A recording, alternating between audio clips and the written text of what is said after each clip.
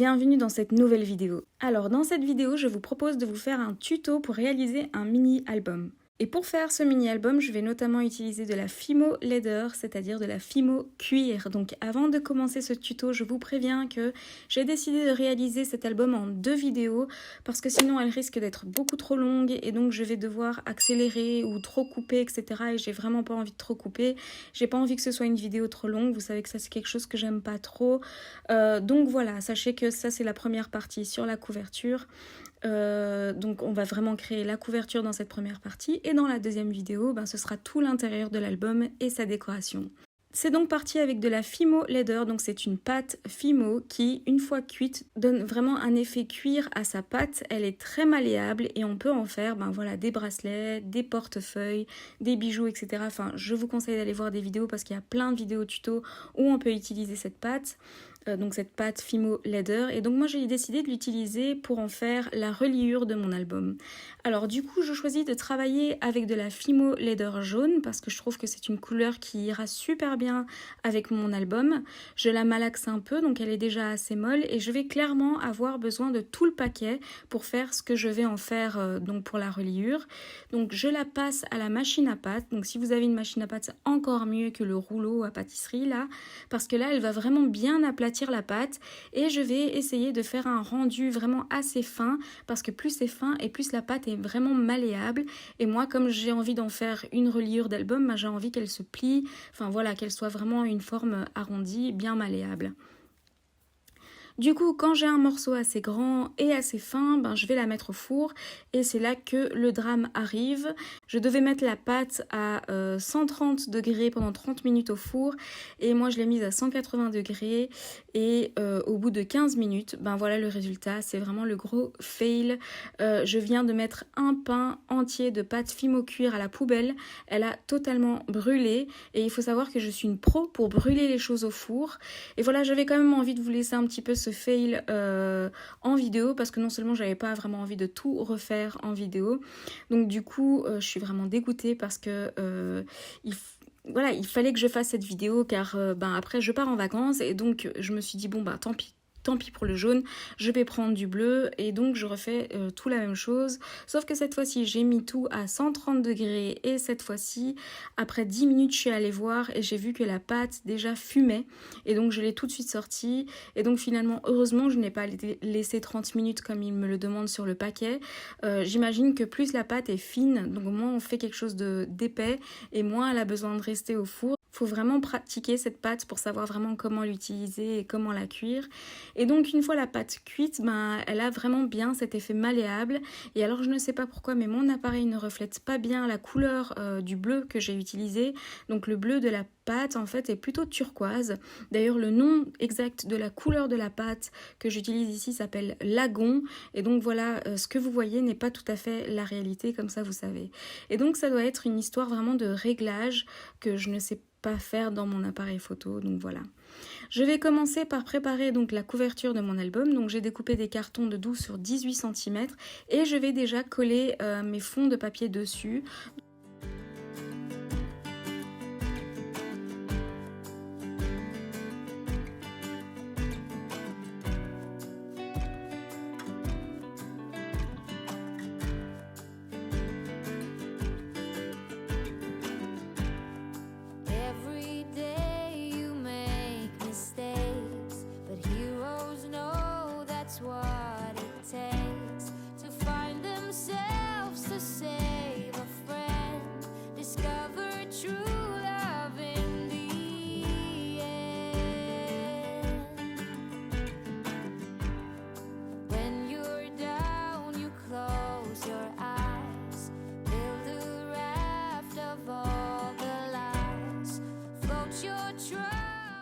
Et donc je colle sur des rectangles légèrement plus grands que les cartons et je vais couper les angles des coins des papiers et rabattre les bords vers l'intérieur du carton en les collant.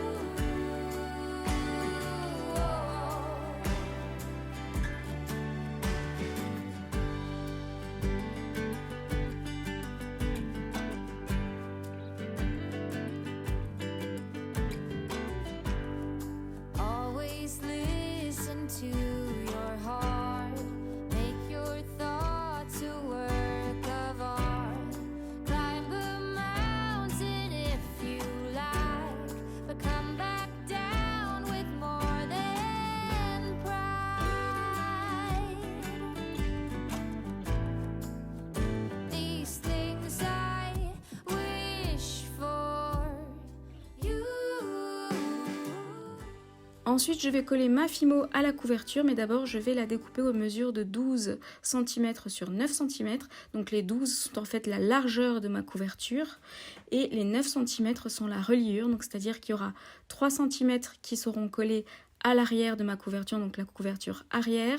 3 cm seront la tranche au centre de mon album et 3 cm seront collés à la couverture avant de mon album. Je découpe un deuxième morceau aux mêmes mesures de Fimo cuir et celui-ci sera en fait la fermeture de mon album. Sauf que celui-ci, j'aimerais vraiment que la partie qui arrive à l'avant de la couverture soit un petit peu en forme d'angle ou triangle. Du coup, sur 3 cm du bord, je découpe un angle en allant du centre jusqu'aux 3 cm du bord et le centre est évidemment à 6 cm puisque la largeur c'est 12 cm.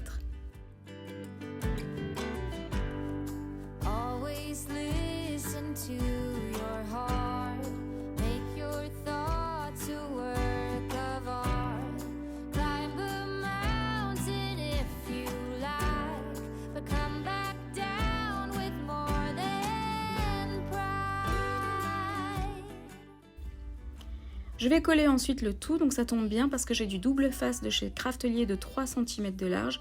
Du coup, je le place sur les bords et je les colle à ma couverture. Pour rappel, tout ce que j'utilise comme matériel, toutes les marques, etc. est répertorié dans la barre d'infos.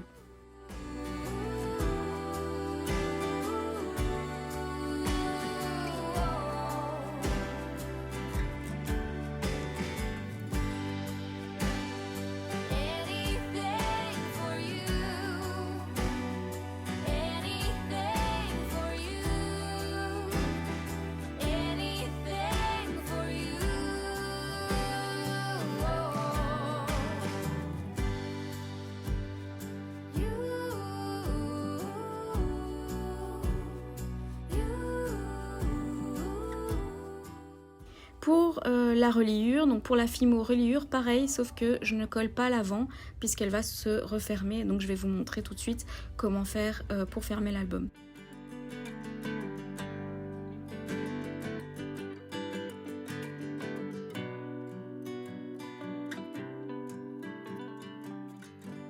Je vais découper dans des papiers de la collection April de Laura Bellora que j'adore en passant des morceaux de 11 sur 16 cm qui recouvreront l'intérieur de mes couvertures mais je ne les colle pas encore. Je vais passer à la préparation de la reliure d'abord et vous allez comprendre pourquoi je ne les ai pas collés tout de suite. Donc j'ai décidé d'opter pour la reliure UUU. Donc si vous avez vu ma vidéo sur les reliures, vous savez pourquoi elle me fait toujours rire ce nom que j'ai décidé d'inventer sur cette reliure. Il y en a qui m'ont dit qu'on pouvait l'appeler triple U, tout à fait. Moi, je n'y ai pas pensé. Je vais donc découper 3 morceaux de papier qui auront la forme d'un U. Et donc pour cela, je vous montre ici les mesures exactes du découpage et du pliage à faire. La partie du centre pour un est de 3 cm, pour l'autre est de 2 cm et pour le dernier est de 1 cm. Ce qui veut dire que je vais les coller l'un sur l'autre en fait, c'est pour ça UUU. Je vais coller le papier de 1 cm vraiment au centre du 2 cm et celui du 2 cm, je vais vraiment le placer au centre du 3 cm et voilà, ma reliure est prête.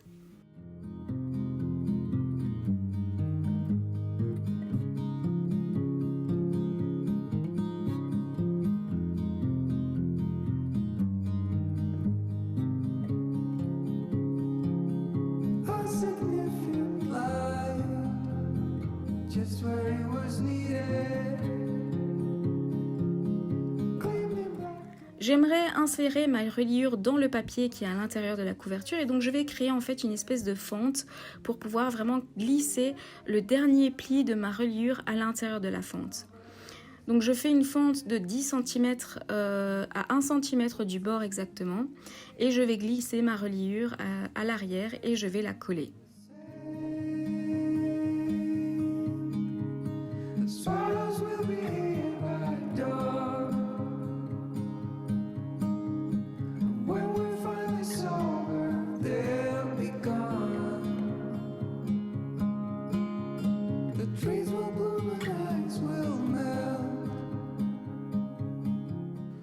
Ensuite, je vais coller mon fond de page sur le carton.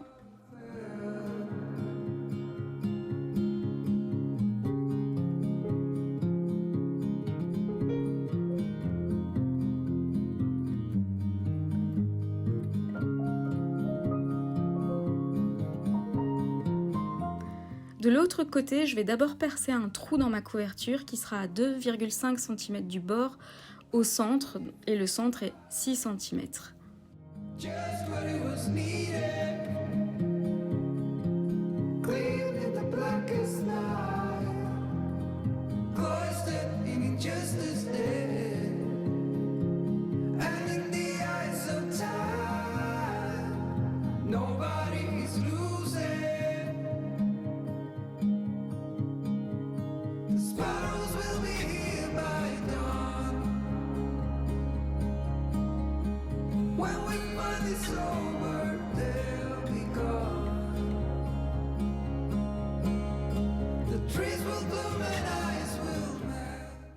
Je vais y mettre une boule, donc c'est une boule vraiment, c'est un fermoir en forme de boule et qui a un côté c'est la boule, l'autre côté c'est la vis, et donc je vais pouvoir fermer mon album avec ça.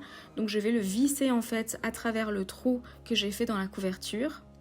Et ensuite, je vais percer un trou à la partie de la Fimo cuir au niveau vraiment du bout de l'angle. Et voilà comment je vais fermer mon album. Du coup, je vais pouvoir coller aussi à l'intérieur de mon album le fond de page pour cacher vraiment l'arrière de la vis.